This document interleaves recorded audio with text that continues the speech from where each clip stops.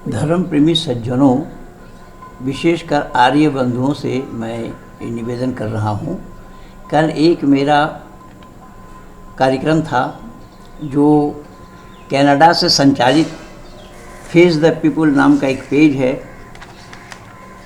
जो वहाँ से संचालित हुआ था, और उसने चर्चा के लिए बिठाया था कोई राहुल हुसैन नाम का एक व्यक्ति को, जबकि वो भारत का है, मुर्शिदाबाद ज़िला का है। उसके बाप कभी हिंदू से इस्लाम को स्वीकार किया था। खैर, तो उसके साथ वार्ता थी। इन्होंने लिखा कि वो शास्त्रार्थ होना है। तो जब मैं बैठा वहाँ पर तो मैंने बोला कि शास्त्रार्थ के लिए तो निर्णायक मंडल होना ज़रूरी है। निर्णय कौन देगा? शास्त्रार्थ क्या है? तो फिर उसने बोला कि नहीं, चर्चा करते हैं। तो चर्चा का विषय था वेदों में गोमांस। वेदों में गोमांस भक्षण का आदेश, और उसने जितना भी प्रमाण दिया, वो राहुल हुसैन का जो पेज है यूट्यूब में, आफ्टर 1400 ईयर्स, 1400 साल, यानी जब से इस्लाम बना है तब से, जबकि उसका पैदा भी नहीं हुआ था, उसका बाप भी जन्म नहीं लिया था उस समय। 1400 ईयर्स लेकर के चल रहा है वो। चलो कोई बात नहीं। पहली बात तो यह है कि राहुल जो नाम है वो इस्लाम में वर्जित है, हराम है। हिंदुआना नाम चलना संभव नहीं है, और ये काफिराना नाम है, कलमा कुफ्र है, कुफरी कलाम है। पहली बात। दूसरी बात यह है कि उन्होंने जो हवाला दिया, उन्होंने जो प्रमाण दिया मांस खाने का, वो प्रमाण सब वाममार्गी भाष्यकारों का है। सब वाममार्गियों ने उसका भाष्य किया। रमेश चंद्र मजुमदार वो वाममार्गी थे, और जितने भी थे, अगर आप वाममार्गी छोड़ भी देंगे तो उसमें वो दिखाया, वो सारा किताब दिखाया है कि प्रभुपाद स्वामी का नाम ज़रूर सुने होंगे आप लोग। प्रभुपाद स्वामी जिन्होंने ये हरे राम हरे कृष्ण वाला संस्था जिनका है, ये प्रभुपाद स्वामी, उन्होंने वेद में मांसाहार दिखाया, और गीता में उन्होंने मोहम्मद को ढूंढ निकाला, उनका हवाला दिया। स्वामी विवेकानंद का हवाला दिया। स्वामी विवेकानंद का हवाला दिया कि स्वामी विवेकानंद भी गोमांस खाने की अनुमति दी। तो स्वामी विवेकानंद गोमांस खाने की अनुमति देंगे, इसमें कोई बड़ी बात नहीं है, क्योंकि वो मरते दम तक गुरु चेला दोनों ही गोमांस खाते रहे। भले ही हिंदू इस चीज़ को ना माने, उसका अनेक प्रमाण है, और वो इस किताब को, वो विवेकानंद की किताब को उठा उठा करके दिखाया। पर मेरा दो टुक में कहना ये है आप लोगों से कि भले ही मेरे साथ उसकी चर्चा हो या डिबेट हो, पर वो जो गोमांस खाने का आदेश दिखा रहा है, उनके सारे लेखक हिंदू ही हैं, और हिंदू लेखकों ने ये लिख करके दिया है। अब स्वामी विवेकानंद को क्या समझेंगे आप, जो स्वामी विवेकानंद गोमांस खाने की अनुमति दे रहे हैं, और उसके किताब से ही दिखा रहा है वो, तो उसको आपको मना करने का, अस्वीकार करने का कहाँ जगह है? अब रही बात कि वेदों में मांसाहार नहीं है, इसका प्रमाण हमें देना था, तो अब पहले उसकी सुन लीजिए। उसने जो प्रमाण दिया है कि वो सारा पुस्तक जो है, वो चाहे वेद हो, उपनिषद हो, ब्राह्मण ग्रंथ हो, और जितने भी किताबों का हवाला उन्होंने दिया है, वो सभी किताब भारत से ही पब्लिश हुई है। उसका सबका पब्लिकेशन भारत में ही है, और भारत से ही ये किताब छपी है, और भारत से ही नहीं, बंगाल से, पश्चिम बंगाल से वो किताब छपी हुई है, क्योंकि वो सब बांग्ला भाषा में ही दिखा है। वो बांग्ला भाषी है, और बांग्ला भाषा में ही था ये कार्यक्रम, बांग्ला में ही मैं बोला। लेकिन जो हिंदी भाषी हमारे कल से परेशान हो रहे हैं, अब कह रहे हैं कि पंडित जी आपने कुछ दिया नहीं, कुछ बताया नहीं, क्या हुआ, क्या था आपका वो डिबेट, क्या था आपकी वो चर्चा, इसलिए मैं हिंदी में बोलना उचित समझा। तो उसने जितनी भी किताबें दिखाई हैं, उन पुस्तकों का लेखक हिंदू है, और वो पुस्तक भारत में छपी है, बंगाल प्रांत में छपी है। अब इसके बावजूद भी अगर कोई कहे, कोई हिंदू, कुछ हिंदू चिल्पो कर रहे हैं कि बांग्लादेश का एक अग्निवीर नाम का एक संस्था है, उसके साथ मेरा विवाद तो पहले ही था। पहले ही मैं उन लोगों को बोल दी, कोई जालसाजी करके वो चला रहे हैं काम, वो भाई मैं बोल दिया था। आज उन्होंने लिखा कि उन्होंने चुना महेंद्र पाल को, जो महेंद्र पाल जी बुजुर्ग है, कान से सुनते नहीं है, आंख से देखते नहीं है, उनको बुलाया। तो उनको बुलाया कि तुम किस खेत के मूली हो, तुम्हें तो किसी शौचालय के पानी उठाने के लिए भी तुम लोगों को नहीं बुलाएगा। सुन लो बांग्लादेश वाला अग्निवीर, कान खोल करके सुनो। बांग्लादेश के अग्निवीर संस्था के जितने भी कार्यकर्ता अधिकारी हैं वो कान खोल करके सुने, तुम्हें किसी के शौचालय में पानी उठाने के लिए भी नहीं बुलाएगा। तुम लोगों को जानता कौन है जो बुलाएगा? महेंद्र पाल को बुलाया, महेंद्र पाल के की हुई काम को देख करके बुलाया। उसने तो सैफुद्दीन सागर ने बोला है, पंडित जी का इतना चैनल है, इतना काम करते हैं, इतना काम किया, इतना काम किया है। जाकिर नाइक की भी चर्चा आई, तो वो सारा मैं फोल्डर भी दिखाया। तो उन्होंने ये बोला कि पंडित जी के इतना काम किया हुआ है, इसीलिए सब लोगों ने मुझे सुझाव दिया कि पंडित महेंद्र पाल जी को निमंत्रण दें, पंडित महेंद्र पाल जी को बुलाएं। तो उसी बेस पे मुझे बुलाया। तुम लोगों को जानता कौन है, तुम्हें बुलाएंगे? ये जो लफाजी कर रहे हैं ना कि ये बूढ़े हैं, और देख नहीं, बूढ़े तो हैं, इसमें कोई संदेह नहीं है, बूढ़े हैं, लेकिन तुम जैसे 14 खानदान को, तुम्हारे 14 खानदान को हम पढ़ा सकते हैं। अभी आँख भी सही है, कान भी सही है, परमात्मा की असीम अनुकंपा है, याददाश्त भी सही है। इसलिए अगर तुम लोगों में दम है तो तुम लोग सामने क्यों नहीं आए? रही बात उसकी जो राहुल की थी, वो तो मैं आप लोगों को बता दिया कि राहुल ने जितना भी प्रमाण दिया वो सब वेदों का ही दिया। सब वेदों का प्रमाण उसने दिया, बंगला में प्रकाशित है, बंगला में प्रकाशित है, उन सब का प्रमाण दिया। लेकिन उन सब का लेखक हिंदू ही तो है। तो हिंदू को तो चुल्लू भर पानी में डूब मरना चाहिए, फिर भी ये चिल्पो कर रहे हैं।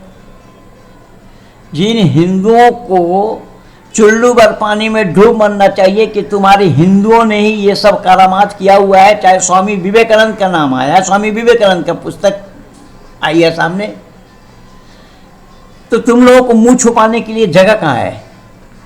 कहाँ है मुंह छुपाने के लिए जगह? मुंह छुपाने के लिए कोई जगह है क्या? और वेद में मांसाहार नहीं है, मैंने ऋग्वेदादि भाष्य भूमिका से प्रमाण दिया।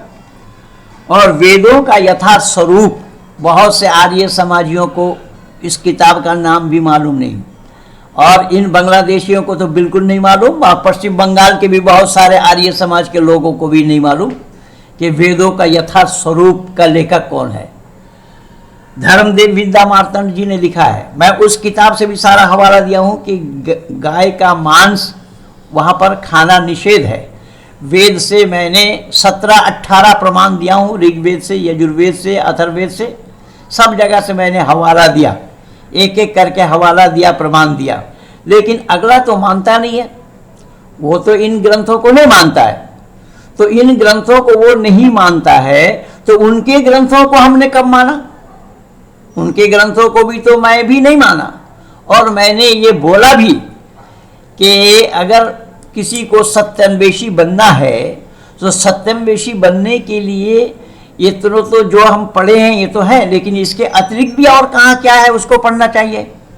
उसने नहीं पढ़ा।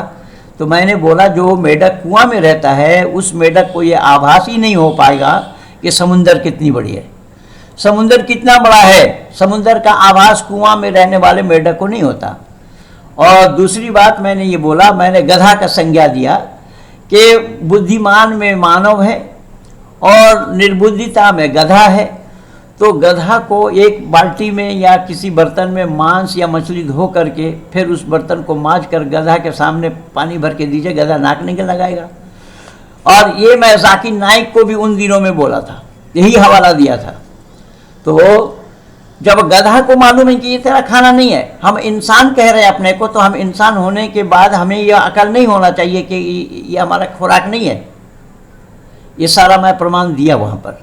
साथ ही साथ मैंने ये बोला कि मांसाहारी और शाकाहारी पशुओं के गठन भी अलग अलग है, उसका मैं बहुत सारा हवाला दिया।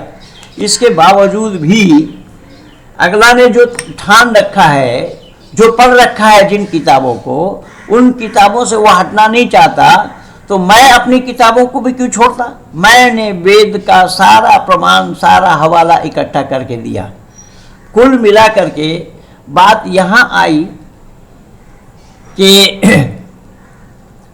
वो जो सैफुद्दीन सागर नाम है, जो फेस द पीपल का मालिक है, चलाने संचालन करता है, उसने बदतमीजी क्या की देखिएगा। जबकि प्रस्ताव उन्हीं लोगों का था, तो उन्हीं लोगों का प्रस्ताव था, बोलना उन्हीं से था, लेकिन उन्होंने नहीं बोला, मेरे से बुलवाया पहले, और समापन के समय उन्हीं से समापन कराया ताकि मुझे बोलने का मौका ना मिले।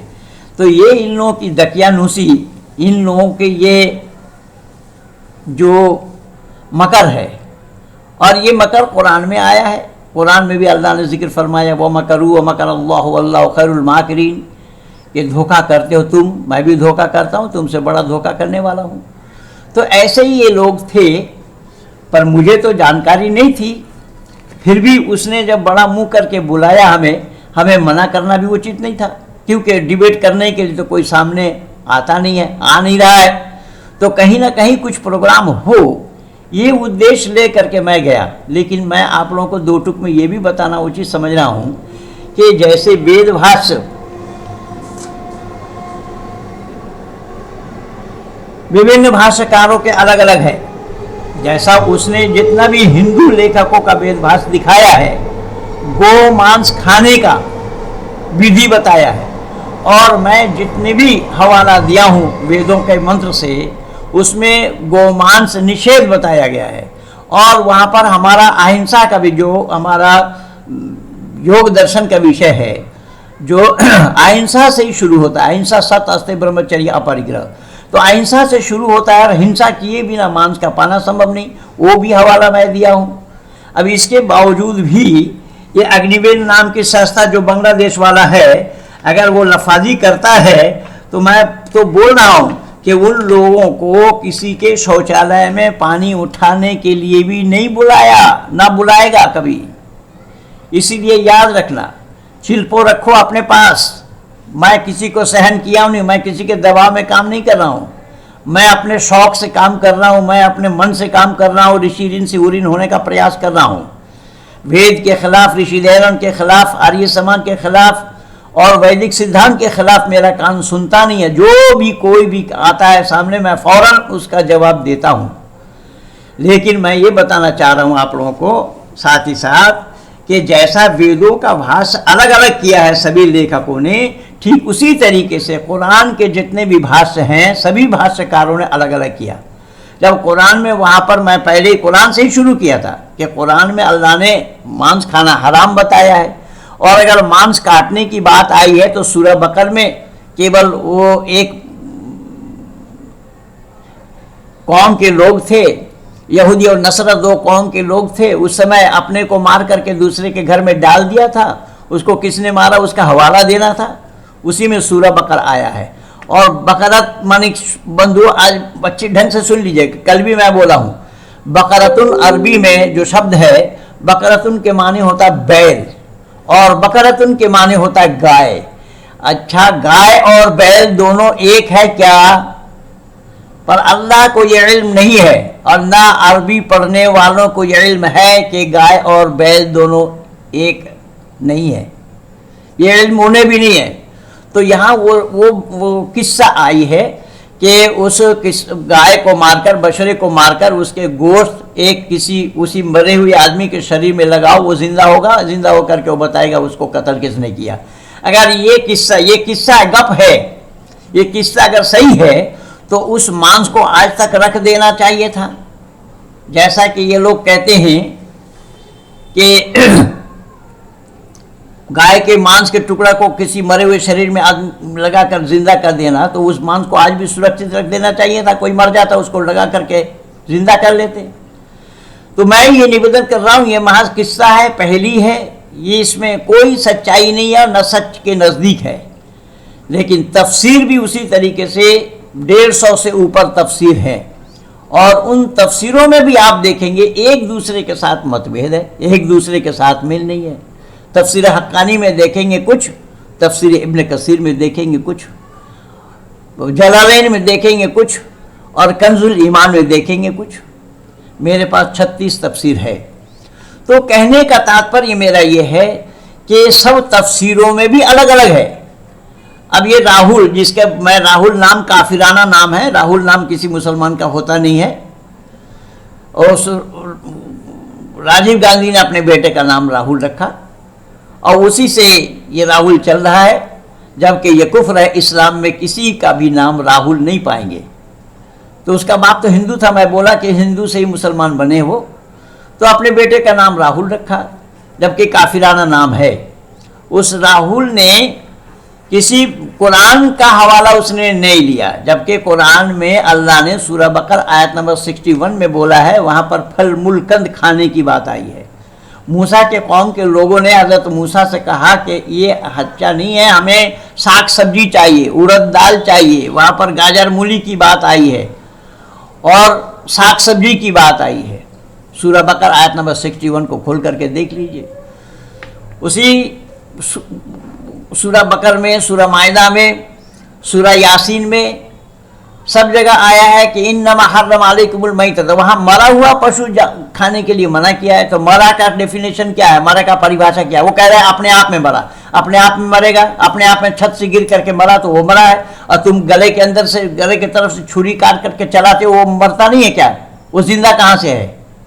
और अल्लाह ने यही मना किया है कि इन्नमा हर्रम अलैकुमुल मैतत वद्दम व लहमल खंजीर, कि हराम किया गया तुम्हारे लिए मरा हुआ पशु। हर हालात में वो पशु मरा है, ये हवाला मैं दिया, लेकिन उस पर चर्चा नहीं हुई, वो वेद पर ही चर्चा करने लगे। खैर, तो मैं बोल रहा हूँ ये जितने भी तफसीर हैं, हर तफसीर में ये अलग अलग हैं। अब ये राहुल किस संप्रदाय से, क्योंकि इस्लाम में 72 फ़िरके हैं और 72 फ़िरके में एक ही जन्नत में जाएगा, सब जहन्नुमी है। अब इसमें जन्नती कौन है किसी भी मुसलमान को पता नहीं।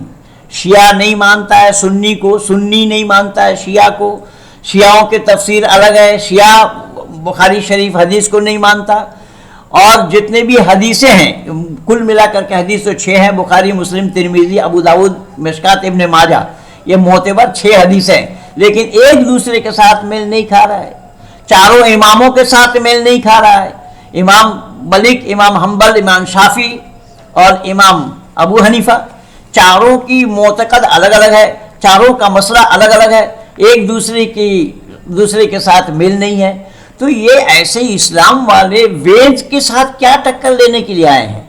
वेद के ऊपर क्या बोलना चाहेंगे? ये वेद में गोमांस सर्वथा निषेध है और वेद में परस्पर विरोधी बातें नहीं है, पर इन अकल के दुश्मनों को ये पता भी नहीं है। इसलिए बंधुओं, मैंने निवेदन किया कि हमारे हिंदी भाषी जो हमारे श्रोतागण हैं, जो हमारे साथी संगी हैं, कल से परेशान हो रहे थे कि पंडित जी ने क्या बोला, हम लोगों को दिया ही नहीं है। इसलिए मैंने आज ये स्पष्टीकरण देना बहुत उचित समझा, और थोड़े शब्दों में कि इन लोगों की बदतमीजी, इन लोगों की मकर, इन लोगों का किया हुआ मकर, वो मैं आप लोगों के सामने उजागर किया। और इसी तरीके से ये मकर कर रहे हैं, और ये मकर अग्निवीर, बांग्लादेश वाले अग्निवीर भी कर रहे हैं, और ये हमसे कह रहे हैं। अरे हमसे तुम क्या कह रहे हो? हमने तो सारा प्रमाण वेद का दिया, अब हम काम इनके लिए कर रहे हैं। बंधुओं, मुझे तकलीफ इस बात से होती है कि मैंने एक संप्रदाय से हट करके दूसरे संप्रदाय में आकर मैं काम किया हूँ, कर रहा हूँ, अपना घर बार सभी छोड़ा, सबको त्याग दिया, किस तरीके से मैं काम कर रहा हूँ, और जिनके लिए काम कर रहा हूँ ये इतने बड़े बदतमीज हैं, इतने बड़े शातिर हैं, मैं इनके लिए काम कर रहा हूँ और इन्हीं से ही हमें सुनना पड़ रहा है। मैं जान जोखिम में लेकर के काम कर रहा हूँ। घर में हमला हो गया, हमारे ऊपर 6 बार हमला होगा, सारा यूट्यूब में लगा हुआ है, लेकिन इसके बावजूद भी मैंने ऋषि ऋण से उरीन होने के लिए पूरे परिवार हम लगे हुए, सारे बेटा बेटी सब वेद कंठस्थ किए हुए हैं। एक को 2 वेद कंठस्थ है, किसी को 1 वेद कंठस्थ है, अष्टाध्यायी, महाभाष्य और व्याकरण आदि ये सब पढ़े हुए हैं। सारे बच्चे हमारे गुरुकुल में पढ़े हैं। लेकिन तुम आज ये समाजी कहलाने वाले कौन अपने बेटे को गुरुकुल में पढ़ाया? तुमने अपने गुरुकुल में पढ़ाया अपने बच्चों को? जो तुम अग्निवीर चिल्ला रहे हो, तुम जानते हो कि अब वेद क्या होता है? इसीलिए मैं बख्शूंगा नहीं। जान रखो, मैं बहुत सहन किया हूँ, 38 साल हो गया है, तुम लोगों की ये दकियानुसी मैं देख रहा हूँ और सुन रहा हूँ, सहन अब नहीं हो रहा है, अब बर्दाश्त से बाहर है, इसलिए मैं बोलने के लिए मजबूर हुआ हूँ। किस किस तरीके से किन परिस्थिति में मैं काम कर रहा हूँ किसी ने पूछा भी नहीं है। इस लॉकडाउन की अवस्था में किसी ने पूछा भी नहीं है कि क्या हो रहा है, कैसे हैं, क्या कर रहे हैं, क्या नहीं। ये कोई अधिकारी आर्य समाज के बड़े अधिकारी नहीं पूछा। और जब कुछ दानी लोग अनुदान देने के लिए विद्वानों की स्वागत सम्मान करने के लिए बोलते हैं तो वहाँ से भी मेरा नाम हटा दिया जाता है। ये ऐसे शातिर लोग आर्य समाजी हैं, ये आर्य समाज के अधिकारी हैं जो आर्य समाज के संपत्ति पर टकटकी लगा कर बैठे हुए हैं। आर्य समाज के संपत्ति से ही इन लोगों का मोह है। अरे स्वामी श्रद्धानंद को गुरुकुल कांगड़ी से 6 बार निकाला, मैं क्या क्या बोलूं। इन्होंने किन विद्वानों का सम्मान किया है? सारे विद्वानों का अपमान किया। यही इस तरीके से ज्ञानेंद्र सूफी जो गोरखपुर के रहने वाले थे, उन्होंने वैदिक धर्म को स्वीकार किया था और उन्हीं का लड़का ये जो आगा खान पाकिस्तान का गृह मंत्री बना था, उन्हीं का लड़का। और आगा खान के पिताजी ज्ञानेंद्र सूफी वो भी इस्लाम को त्याग करके वैदिक धर्मी बने थे। कलकत्ता आर्य समाज वालों ने उनको अपमान किया। कलकत्ता आर्य समाज से हट करके फिर वो आए बंगाल आर्य प्रतिनिधि सभा में। मैं सब जानता हूँ, मेरे नॉलेज में सब कुछ है, इसलिए मैं निवेदन कर रहा हूँ, संभाल के रहो, अपने पास रखो अपना अटकल। हमें अटकल दिखाने की आवश्यकता नहीं है, परमात्मा की ऐसी मनोकंपा है। मैंने स्वयं गुरुकुल में पढ़ा है, अपने बच्चों को गुरुकुल में पढ़ाया है, और मैं तो ऐतिहासिक गुरुकुल में पढ़ा है जहाँ स्वामी श्रद्धानंद जी के बनाए हुए गुरुकुल, गुरुकुल इंद्रप्रस्थ, उसी गुरुकुल इंद्रप्रस्थ में ही मेरी बुनियाद है। इसीलिए मैं सहन न किया हूँ और न करूँगा, क्योंकि उस इंद्रप्रस्थ गुरुकुल में सब क्रांतिकारियों का जमावड़ा था। क्रांतिकारी बनाए जाते रहे वहाँ। जब अंग्रेज़ों को पता लगा, देखने के लिए गए, स्वामी जी से पूछे कि सुनने में आया बम बनाते हैं, स्वामी जी ने एक लाइन से विद्यार्थियों को खड़ा कर दिया कि ये सारा बम है। मैं ऐसे गुरुकुल का ही स्नातक हूँ, इसीलिए मैं निवेदन कर रहा हूँ, अपने पास रखो अपना अटकल। हमें अटकल देने की ज़रूरत नहीं है। इसीलिए बंधुओं, मैं चाहूँगा और न लंबा करता हुआ यहीं पर वाणी को विराम दूँ। कल का जो लब्ब लुबाब था बंगला में, वो बंगला में न बोलकर मैं हिंदी में आप लोगों तक पहुंचाने के लिए हिंदी में बोला हूं कि कल का प्रोग्राम क्या था। 2 घंटा 1 मिनट का था, मैं उसको हिंदी में छोटा करके बोला हूं। उसका जो लब्ब लुबाब था वो आप लोगों के सामने मैं पहुंचा दिया हूं। আমি শেষে বাংলা ভাষায় একটু বলে দিচ্ছি। আজ সকাল থেকেই, কেন কাল রাত্রির থেকে প্রায় দেখছি বাংলাদেশের যারা অগ্নিবীর নামের সংস্থার সঙ্গে জুড়ে রয়েছে তারা হাবিজাবি বলছে, আমাকে যা মনে আসে তাই বলছে।